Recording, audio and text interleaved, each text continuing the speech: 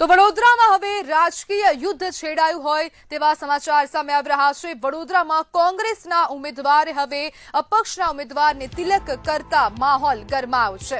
કોંગ્રેસ ઉમેદવાર અપક્ષ ઉમેદવારને તિલક કરતા વિવાદ ગરમાયો છે, જેમાં પુષ્પાબેન વાઘેલાએ હરીશ પટેલને તિલક કરતા વિવાદ ઉભો થયો છે, જેમાં અપક્ષ ઉમેદવાર સાથે સાથી ઉમેદવારની સાથે ફેરણી કરી હોય તેવા આક્ષેપો પણ કરવામાં આવ્યા છે। વોર્ડ 1 માં કોંગ્રેસ સામે બળવો કરી અપક્ષ ઉમેદવાર હરીશ પટેલે પોતાની ઉમેદવારી નોંધાવી। અપક્ષ હરીશ પટેલ સાથે કોંગ્રેસ ઉમેદવાર ઉપસ્થિતિએ શહેરમાં ચર્ચાએ વેગ પકડ્યો છે।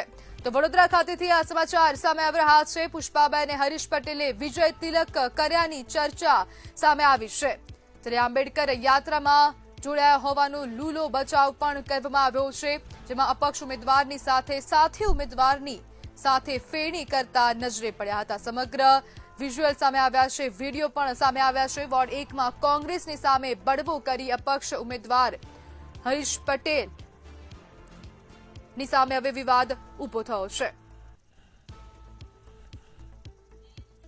અને આપણી સાથે નિલેશ બ્રહ્મભટ્ટ ફોન લાઈનથી જોડાઈ ગયા છે। જે નિલેશ, હવે કોંગ્રેસના ઉમેદવાર અપક્ષના ઉમેદવારને વિજય તિલક કરી રહ્યા છે અને સમગ્ર મામલે વિવાદ ઉભો થયો છે, શું કહેશો?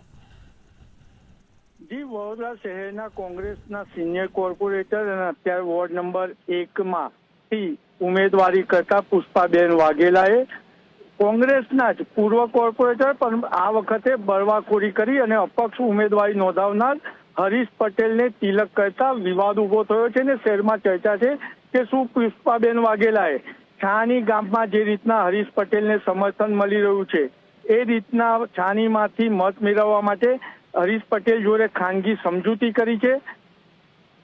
આવી અનેક ચર્ચાઓ વચ્ચે જ્યારે પુષ્પાબેન વાઘેલાનું નિવેદન લેવાનો પ્રયત્ન કર્યો ત્યારે તેમને કહ્યું હતું કે આંબેડકર યાત્રા હતી એમાં અમે લોકો સાથે જોડાયા હતા।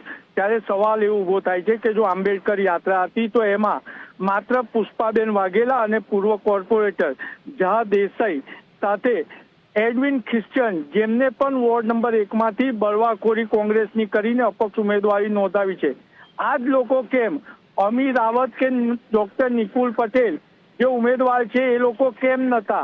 અને જ્યારે આંબેડકર યાત્રા નીકળી તો ખરેખર તો ફેરણી કરતા હોય એમ છાની ગામમાં ફરી છે। એટલે કહેવામાં આવી રહ્યું છે કે ક્યાંક ને ક્યાંક ઝા ભરવાડ અને પુષ્પાબેન વાઘેલાએ હરીશ પટેલ અને એડવિન ખ્રિશ્ચન જોડે ખાનગીમાં હાથ મિલાવ્યા છે, એટલે જ હરીશ પટેલને તિલક કર્યું હતું। કારણ કે ઝા ભરવાડ જે પૂર્વ કોર્પોરેટર છે ને જેમની પત્ની પણ કોંગ્રેસનું ઉમેદવાર છે, તો પુષ્પાબેન વાઘેલાએ ઝા દેસાઈ એટલે ઝા ભરવાડને તિલક કેમ ના કર્યું અને હરીશ પટેલને જ કેમ કર્યું? એ હરીશ પટેલને તિલક કરવા પાછળનું મુખ્ય કારણ ક્યાંક ને ક્યાંક નાગરિકોને સંદેશો આપવાનો હતો કે દલિત નાગરિકોને સંદેશો આપતા હોય કે હરીશ પટેલને મારું આશીર્વાદ છે એ બતાવવા માટે જ આ તિલક કર્યું હોય તેવી ચર્ચા છે। જી બિલકુલ નિલેશ, સમગ્ર માહિતી બદલ આપનો આભાર।